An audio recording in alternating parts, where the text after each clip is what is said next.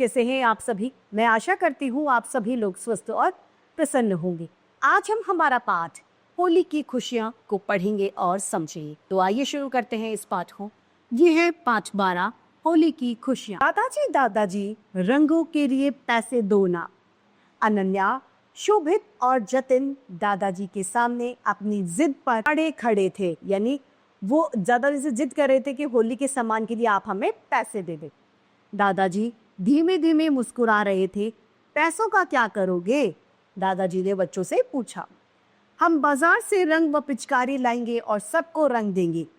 तीनों ने एक साथ में ये जवाब दिया। तुम सबको क्या रंगोगे? दादाजी ने चश्मे से झांकते हुए पूछा। दादाजी, आप हमें परेशान क्यों कर रहे हैं? होली है, सभी एक दूसरे को रंगते हैं, नाचते हैं, गाते हैं, खुशियां मनाते हैं। जतिन ने ये बात दादाजी से कही। दादाजी ने तीनों को 50-50 रुपए देते हुए कहा, रंग लाने के बाद मेरे पास जरूर आना। दादाजी की बात पूरी होने से पहले ही तीनों बच्चे रुपए लेकर रफू चक्कर हो गए, यानी रुपए लेकर वहां से भाग गए। अनन्या, शोभित और जतिन रंग लेकर घर वापस आए तो बहुत खुश थे। उन्होंने आते ही बाल्टी में रंग घोला और पिचकारी में भरकर एक दूसरे पर वो रंग को डालने लगे। अन्य बच्चे भी उनके साथ होली खेलने लगे।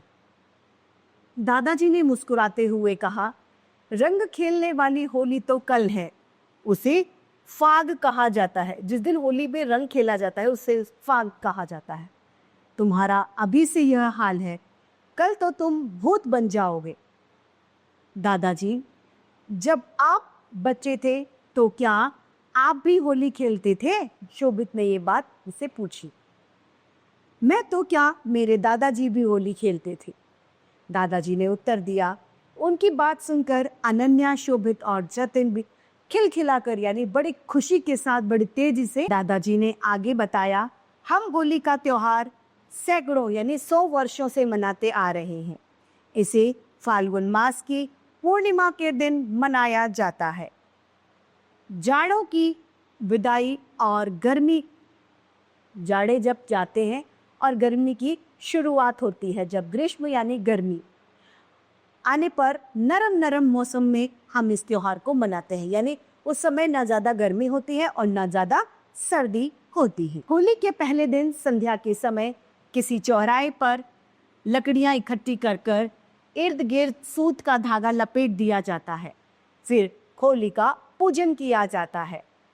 बाद में रात के समय इन लकड़ियों को जलाया जाता है, जिसे होलिका दहन के नाम से जाना जाता है। होलिका दहन के लिए कुछ दिन पहले से ही लकड़ियां इकट्ठी करनी शुरू कर दी जाती है। अगले दिन, फाग वाले दिन, अबीर यानी गुलाल और दूसरे रंगों के साथ एक दूसरे को रंग लगाया जाता है। दादाजी, जो लोग रंग डालने के लिए आते हैं हम उन्हें मिठाई भी खिलाते हैं। जतिन ने ये बात दादाजी को बताई। हाँ, मिठाई खिलाते हैं, गले मिलते हैं और एक दूसरे को खूब रंगते हैं। होली पर दुश्मन भी दोस्त बन जाते हैं, यानी जिनके बीच में मनमुटाव होता है, जो एक दूसरे से बात नहीं करते, वो लोग भी दोस्त बन जाते हैं। दादाजी, इस बार हम आपको रंग में डुबो देंगे, आप संभल कर रहना। अनन्या ने थोड़ा सा गुलाल लिया और दादाजी के माथे पर लगाया, बोली, बुरा ना मानो, होली है। तीनों बच्चे फिर से एक दूसरे पर पिचकारी से रंग डालने लग गए। होली का त्योहार सभी को खुशियां देता है। सभी बच्चे हो या बड़े, सभी अपने मन के किसी भी तरीके के भेदभाव हैं उन्हें मिटाकर एक दूसरे के प्यार में लिप्त हो जाते हैं और परस्पर प्रेम सद्भाव की भावना होली के त्योहार पर जागृत होती।